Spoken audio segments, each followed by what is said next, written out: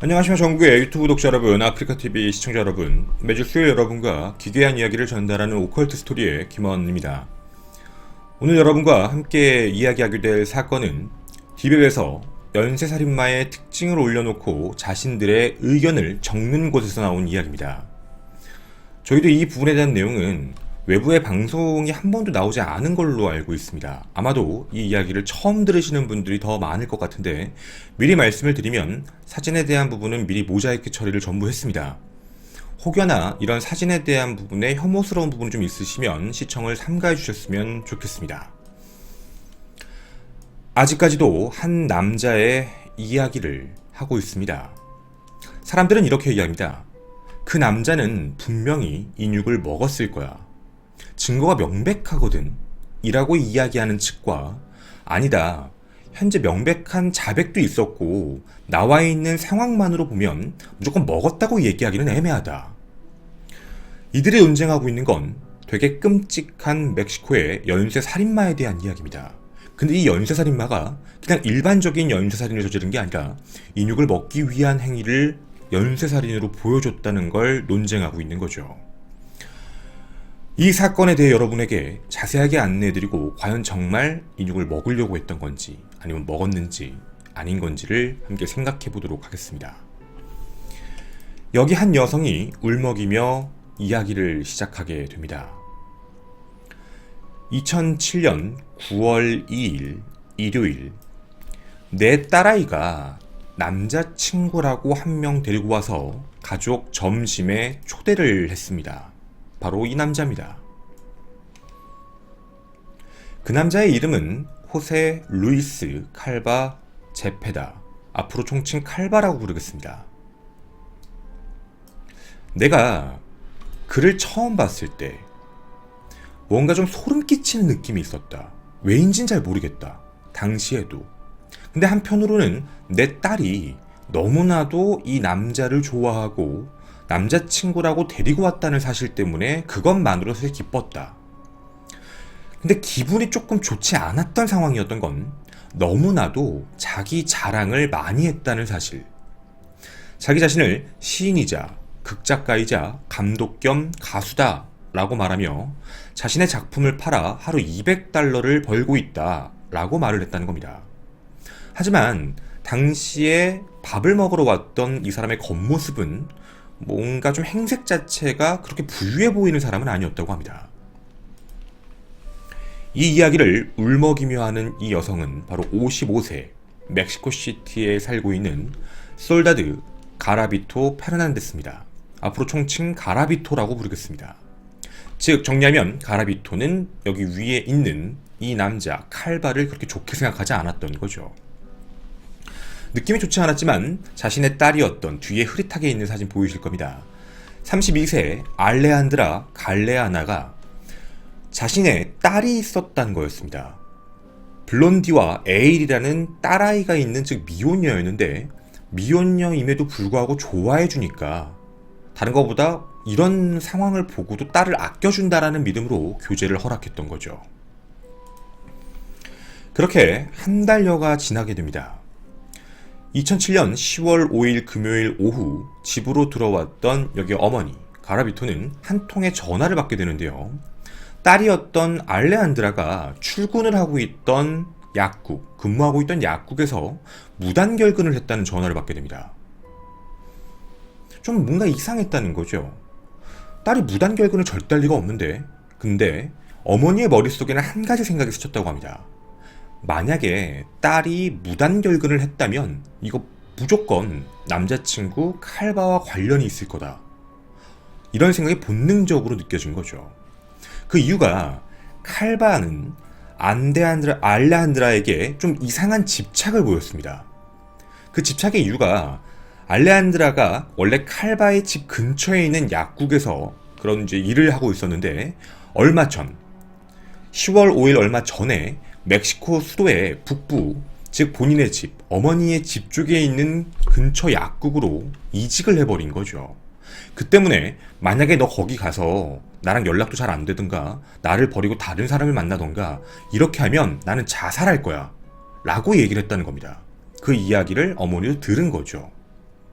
해서 그 한 달 사이에도 딸이 집에 잘 안 오는 시간도 있었다고 합니다. 확인해보면 칼바가 저희 집에 있어요, 괜찮아요, 이러면서 보내주고, 근데 그렇게 올 때마다 딸이 뭔가 몽롱한 상태. 한 번은 팔에서 주사 자국 같은 것도 확인했던 거죠. 뭔가 느낌이 약물 같은 걸 쓰는 것 같은데 라고 생각을 했던 겁니다. 당연히 느낌이 안 좋았던 거죠. 이젠 아예 무단 결근까지 했으니까 말입니다. 자, 이제 가족들이 할 수 있는 건 의심밖에 없었습니다. 일단 먼저 경찰에다 전화를 해봤지만 근데 이거 뭐 그거 가지고는 바로 신고 접수 안 되는데, 누군지도 모르잖아요. 일단 실종에 대한 부분은 알고 있을 테니까 저희도 조회해보고 조사해보겠습니다 라고만 이야기를 합니다. 당시에 실종됐다라고 얘기하는 그 날짜가 10월 5일 금요일이었던 게 문제였죠. 그리고 오후에 전화가 걸려왔습니다. 주말을 그냥 보낼 수 없던 가족은 그때 당시 다녔던 약국 근처와 칼바의 집 근처에 있는 이웃들, 사람들에게 조심스럽게 물어보기 시작을 합니다. 근데 실종된 지 하루 뒤였던 2007년 10월 6일 토요일입니다.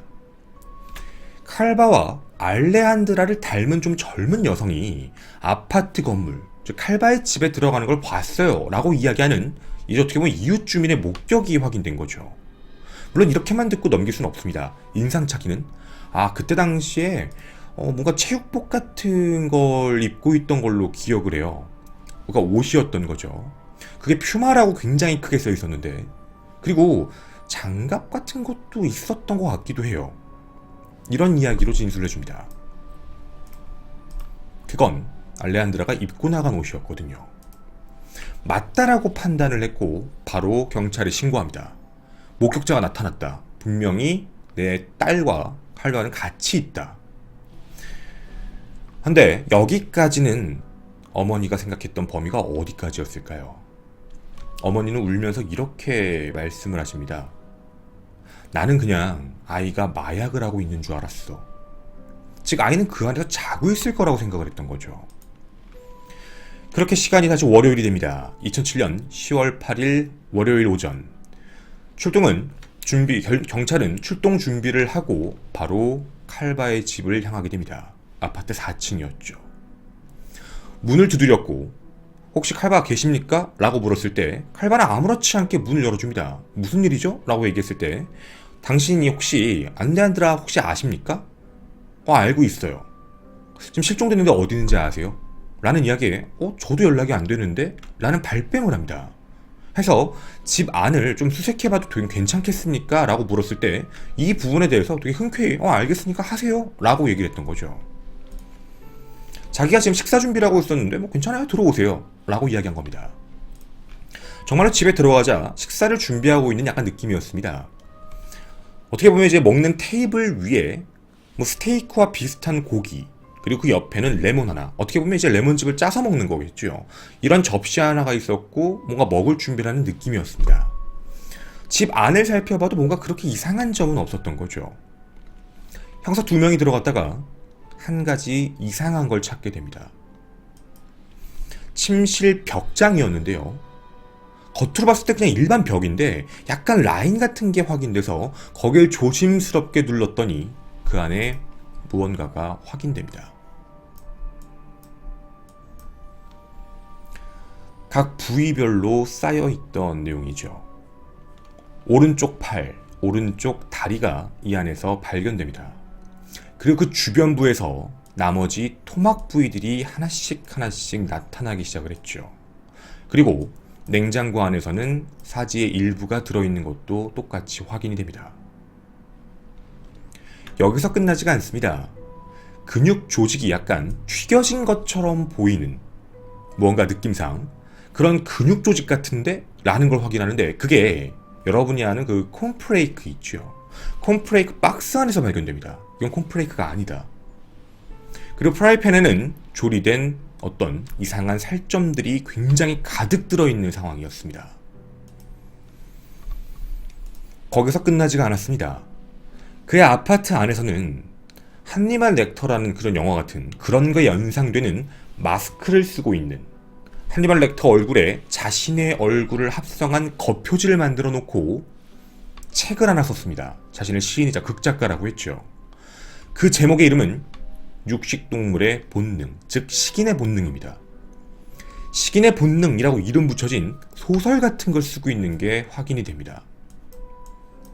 어떤 식으로 처리하고 어떤 식으로 요리한다, 이런 내용들이 있던 거죠.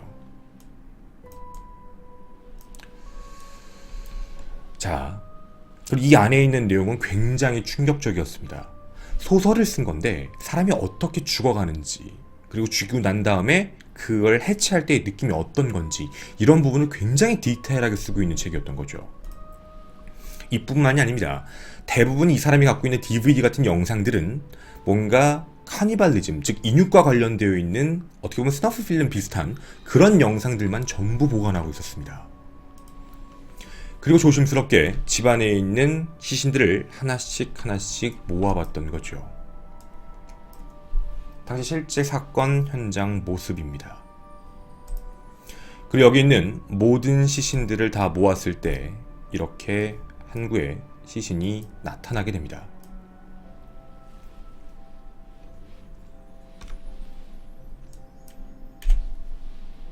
정말 믿을 수 없는 상황이었죠.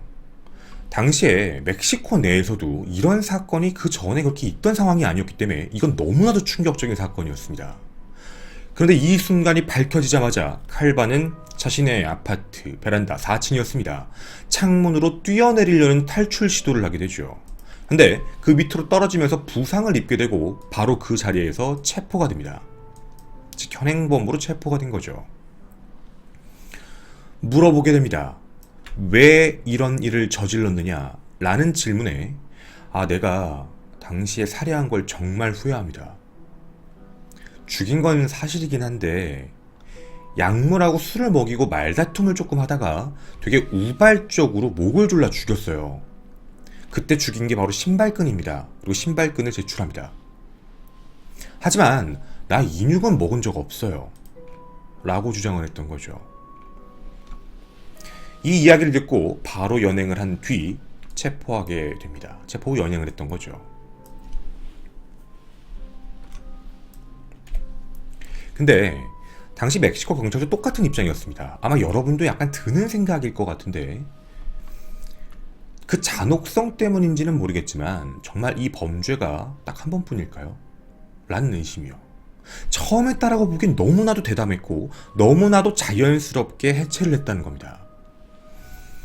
이때 이후로 칼바의 연고지와 관련이 있으며 인맥관계에 어느 정도 매치가 있는 실종자 혹은 피해자에 대해서 찾아보기 시작합니다. 그런데 발견되기 3년 전, 당시 율락 여성이었던 이름 자체가 베로니카라는 분입니다. 2004년에 교회에서 시신으로서 발견됐는데 이때 당시에 절단된 상태였습니다. 사진이 조금 징그러우실 수 있습니다. 그리고 이때 당시에도 토막난 시신으로서 발견이 됐던 거죠.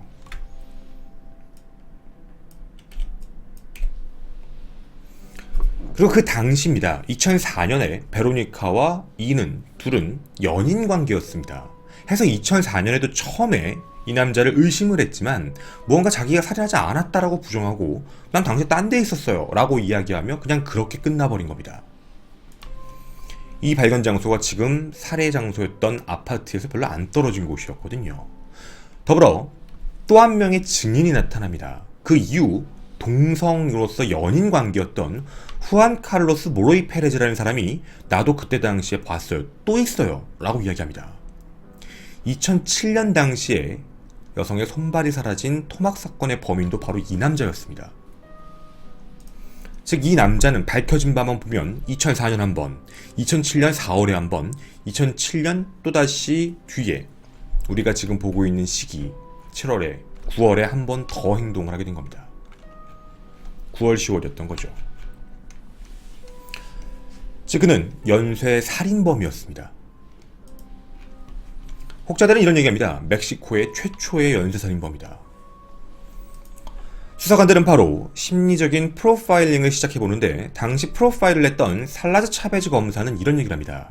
칼바는 우울증을 자꾸 호소하고 자살 시도를 되게 하기 쉬운 만성적 알코올 중독자이다. 코카인 중독자다.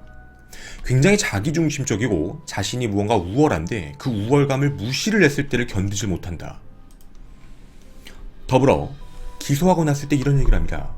너 더 죽였지. 왜냐면 시신이 더 나온 상황입니다. 그리고 분명 범인 같은데 그걸 얘기하지 않고 더 죽였지 라고 얘기해. 사실 몇 명 더 있는데. 근데 그 이야기가 아까 얘기한 2004년, 2007년의 사건의 다른 이야기입니다. 그 이야기들을 전부 합쳐보면 8건, 즉 지금 밝혀진 3건 이외에 5건이 더 존재합니다. 이렇게 재판에 기소가 되고 그리고 재판을 받게 됐던 거죠. 하지만 당시 증거가 불충분해 8가지의 살인 혐의에 대해선 3건만 살인 혐의로 유죄 판결을 받고 징역 84년형을 선고받습니다. 나이가 좀 있었기 때문에 아마 84년이면 살아서는 못 나오는 나이였던 거죠. 근데 우리가 지금 조금 생각을 해보면 아이러니한 부분이 좀 있습니다. 생각보다 징역이 너무 낮은 거 아니야? 물론 8명이 아니라 3명이긴 한데도 3명을 너무 끔찍하게 죽였는데 그것도 이유도 이상하고 뭔가 낮은 형을 받은 거에 대해서 우리가 의구심을 갖는 건 아마도 인육 섭취 때문에 그렇습니다. 즉 재판부는 인육 섭취에 대한 부분을 인정하진 않았습니다. 증거가 없다라는 이야기죠. 본인이 인육을 먹지 않았다고 얘기하는 거였습니다. 난 시신 먹은 적 없어요. 너 근데 들어갔을 때 인육이 집에서 발견됐잖아.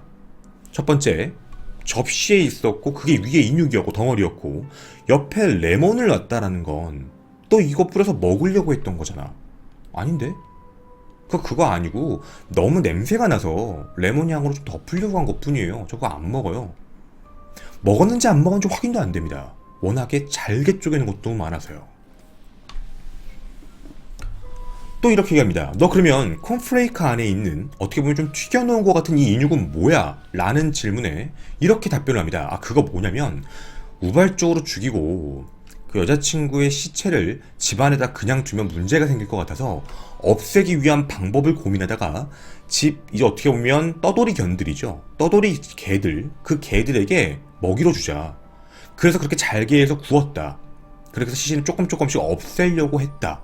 라고 진술을 합니다. 하지만 당시 검찰 수사관들은 뭔가 의문을 표시했는데 너는 인육을 그렇게 처리할 거면 왜 씻었느냐? 그리고 왜 요리하고 양념까지 넣었느냐? 이건 떠돌이 견을 주려고 한 게 아니라 너가 먹으려고 하는 게 맞지 않느냐? 라고 이야기를 했던 거죠. 즉 검찰은 이게 먹었다라는 상황으로 가정을 하고 재판에 기소한 겁니다. 하지만 증거가 없었습니다. 왜 그러냐면 당시 조사를 하기 위해 위장체계, 위나 장을 조사했었어야 되는데 그걸 조사하기에는 시간이 너무 늦어버린 겁니다. 즉 소화가 다 된 상태. 과연 그는 정말 인육을 먹지 않았을까요? 피해자의 유품은 이렇게 전부 확인이 되는데 말이죠.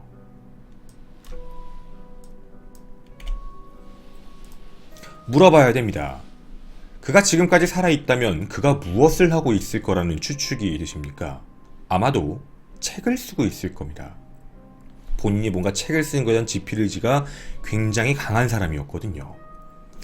식인에 대한 본능, 욕구를 쓰고 싶었던 사람. 감옥에 투옥된 그는 자신의 경험을 바탕으로 한 책을 쓰려고 했습니다. 그런데 2007년 12월 11일 생각해보면 수감된 지 얼마 안 됐죠. 아침에 자신의 감옥에서 자살합니다. 허리 벨트를 목에 맨 채 발견됐던 거죠. 즉 죽었습니다. 당시에 이 가해자, 이 사이코패스의 유족들은 그 교도소 안에 있는 다른 수감자로부터 생명의 위협을 받고 있어서 누군가가 죽인 거다. 저거 돈을 뜯으려고 했고 목숨을 위협했다. 라고 이야기하지만 멕시코의 교정은 그렇게 얘기합니다.